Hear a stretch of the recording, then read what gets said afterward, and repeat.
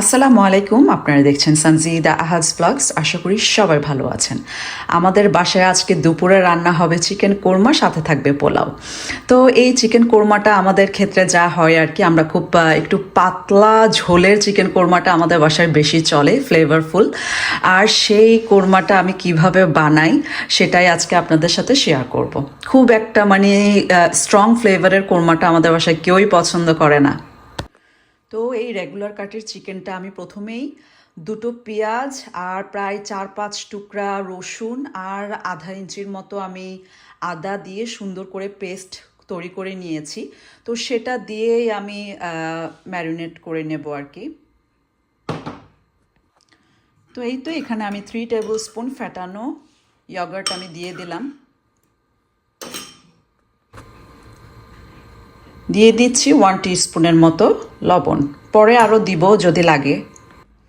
দিয়ে দিলাম 1 টিস্পুনের মতো ধনিয়া গুঁড়া, আর সামান্য একটু বলতে কি 1 টিস্পুনের মতোই আসলে জিরা গুঁড়া। আধা টিস্পুন দিলাম গরম মশলার গুঁড়া। এখন এটাই সব কিছু যা যা দিয়েছি খুব ভালো করে মেখে নেব। এই তো মাখা হয়ে গেছে, এটাকে প্রায় 45 মিনিটসের মতো ম্যারিনেট হতে দেব। তো এই তো প্যানটা গরম করে আমি সামান্য একটু তেল দিয়ে দিলাম, আর দিয়ে দিলাম সামান্য একটু ঘি। তো এই তো তেলটা একটু গরম হতে হতে আমি গরম মশলা নিয়ে নিয়েছি। তো এখানে আছে দারচিনি, এলাচ, তারপরে একটা বড় এলাচ, আর তেজপাতা, গোলমরিচ আর লং। এগুলাই আমি এখন দিয়ে দেব।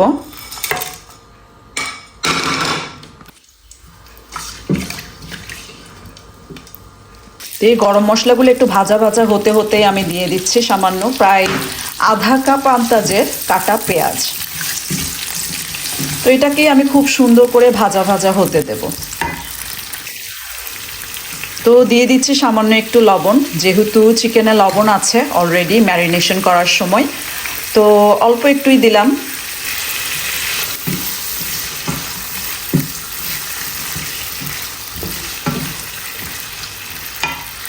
তো এই তো পেঁয়াজটা মোটামুটি ভালোই ভাজা ভাজা হয়ে এসেছে।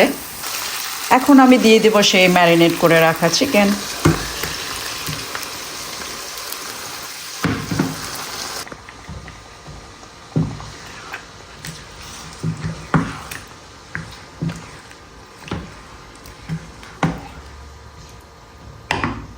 এখন যাই হোক, এই চিকেনটা সুন্দর করে ঢেকে বেশ কিছুক্ষণ রান্না হতে দেব।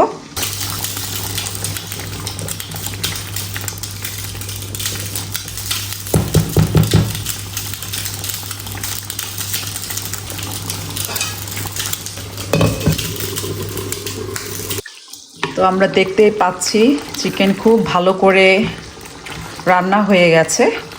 এখন আমরা দিয়ে দেব গরম দুধ।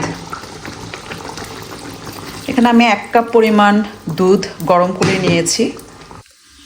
তো আগেই বলেছিলাম ঝোল ঝোল কোরমা আমাদের বাসার সবারই অনেকই প্রিয়। তো এই তো এটাকে এখন সুন্দর করে কিছুটা সময় হতে দেব। একটু কাঁচামরিচও দিয়ে দেব উপরে। এই তো দিয়ে দিলাম কিছু কাঁচামরিচ।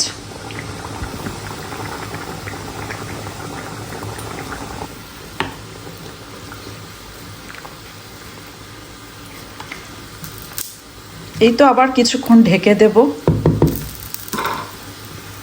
যাই হোক, আমার কোরমা রান্না শেষ। এখন সামান্য একটু পেঁয়াজ বেরেস্তা দিয়েই নামিয়ে নেব।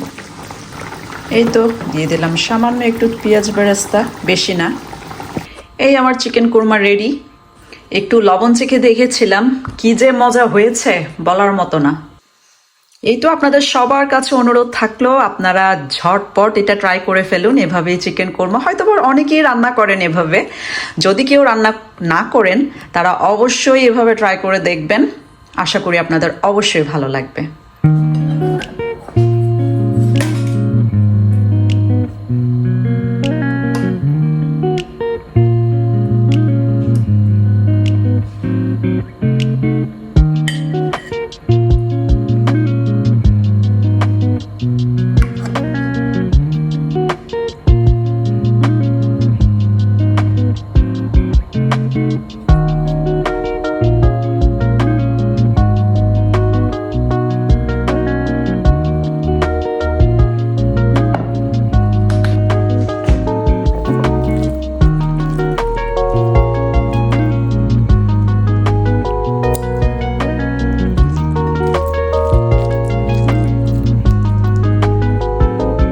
বিসমিল্লাহ।